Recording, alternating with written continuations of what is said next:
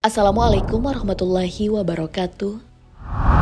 Sahabat beriman, seperti halnya manusia, jin merupakan makhluk mukallaf atau ciptaan Allah yang diamanahkan untuk beribadah kepada Allah Subhanahu wa Ta'ala. Karena itu, semua jin tak bisa disamaratakan dengan iblis maupun setan. Sebab dalam ajaran Islam, jin terbagi ke dalam dua golongan. Ada golongan kafir yang menentang perintah Allah Subhanahu wa Ta'ala. Dan ada golongan muslim yang patuh kepada Allah dan tak pernah mengganggu manusia. Menariknya, makhluk yang tercipta dari api itu ternyata memiliki nabi yang berasal dari kalangan mereka sendiri. Lantas bagaimanakah pendapat para ulama tentang hal tersebut? Tonton terus video ini hingga akhir agar tidak sesat. Dari 99 Asmaul Husna yang menunjukkan sifat serta keagungan Allah, Al-Khaliq atau Maha Pencipta, adalah salah satu sifat yang mampu menjelaskan kenapa makhluk seperti hewan, tumbuhan, malaikat, manusia, maupun jin bisa hidup di dunia. Akan tetapi, dengan kebesaran Allah yang mampu menciptakan semua itu, Allah memberikan peringatan kepada makhluknya yang bernama manusia dan jin untuk selalu beribadah kepada Allah Subhanahu wa Ta'ala. Bagi jin, Ibnu Muflih dalam kitab Al-Furu' mengatakan bahwa para ulama sepakat jika jin merupakan makhluk yang terbebani syariat ibadah. Karena itu, jin yang termasuk ke dalam golongan kafir akan masuk neraka, sedangkan golongan beriman di antara mereka akan menempati syurga.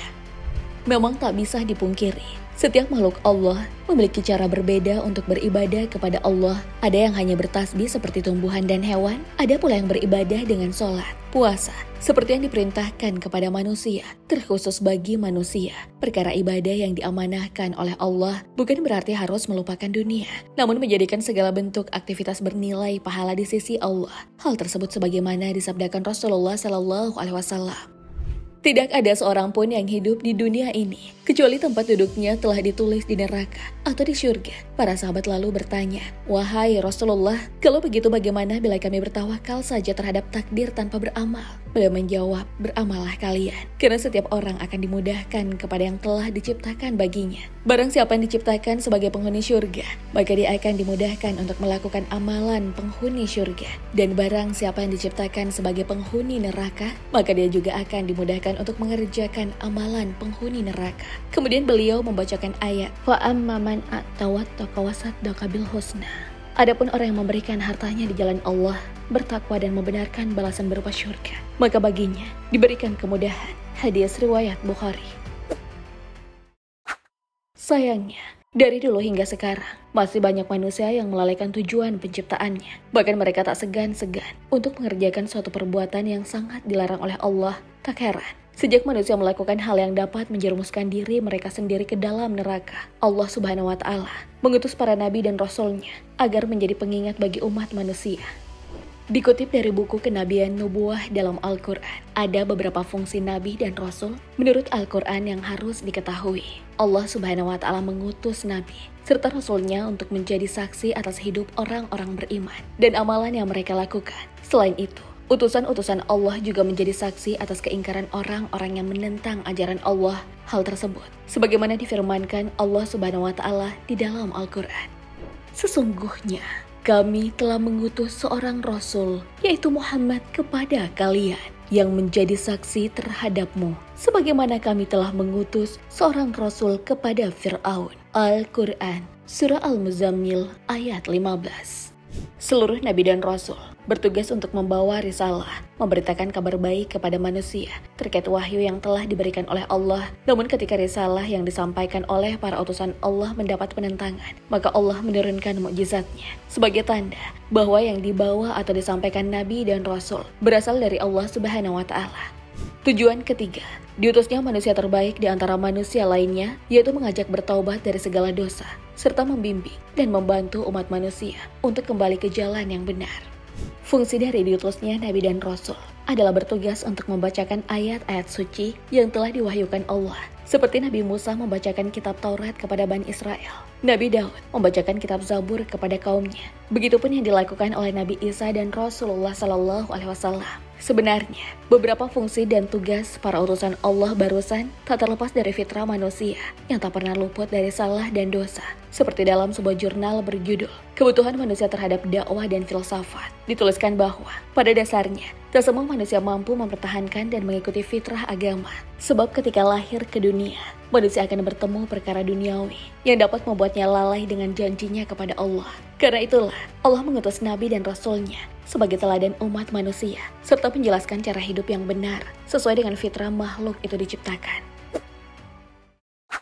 Akan tetapi, yang jarang diketahui oleh kaum muslimin, para utusan Allah sebenarnya tak hanya berasal dari golongan manusia semata. Sebab ada beberapa ulama yang berpendapat bahwa ada sosok Nabi yang diangkat dari kalangan jin. Hal tersebut seperti dijelaskan Ibnu Hazim rahimahullah yang mendasarkan pendapatnya dengan salah satu ayat yang menggambarkan peristiwa hari akhir, di mana jin dan manusia berkumpul untuk mempertanggungjawabkan perbuatannya. Sebagaimana Allah Subhanahu wa taala berfirman, "Hai golongan jin dan manusia, apakah belum datang kepadamu rasul-rasul dari golongan kamu sendiri yang menyampaikan kepadamu ayat-ayatku dan memberi peringatan kepadamu terhadap pertemuanmu dengan hari ini?" Jin dan manusia berkata, "Kami menjadi saksi atas diri kami sendiri. Kehidupan dunia telah menipu mereka, dan mereka menjadi saksi atas diri mereka sendiri, sebab mereka telah terjerumus pada kekafiran."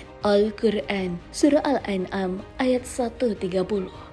Selain ayat barusan, ulama beranggapan bahwa nabi dari kalangan jin itu ada, lantaran menyandarkan pendapatnya pada salah satu riwayat yang menyebutkan jika jin dapat memasuki syurga karena beriman kepada Allah. Bukan hanya Ibnu Hazim, Ibnul Jauzi rahimahullah juga membenarkan nabi yang berasal dari kalangan jin. Tetapi Ibnul Jauzi menjelaskan bahwa tidak diutus sama sekali di tengah-tengah jin seorang nabi dari kalangan manusia hingga datangnya Rasulullah SAW.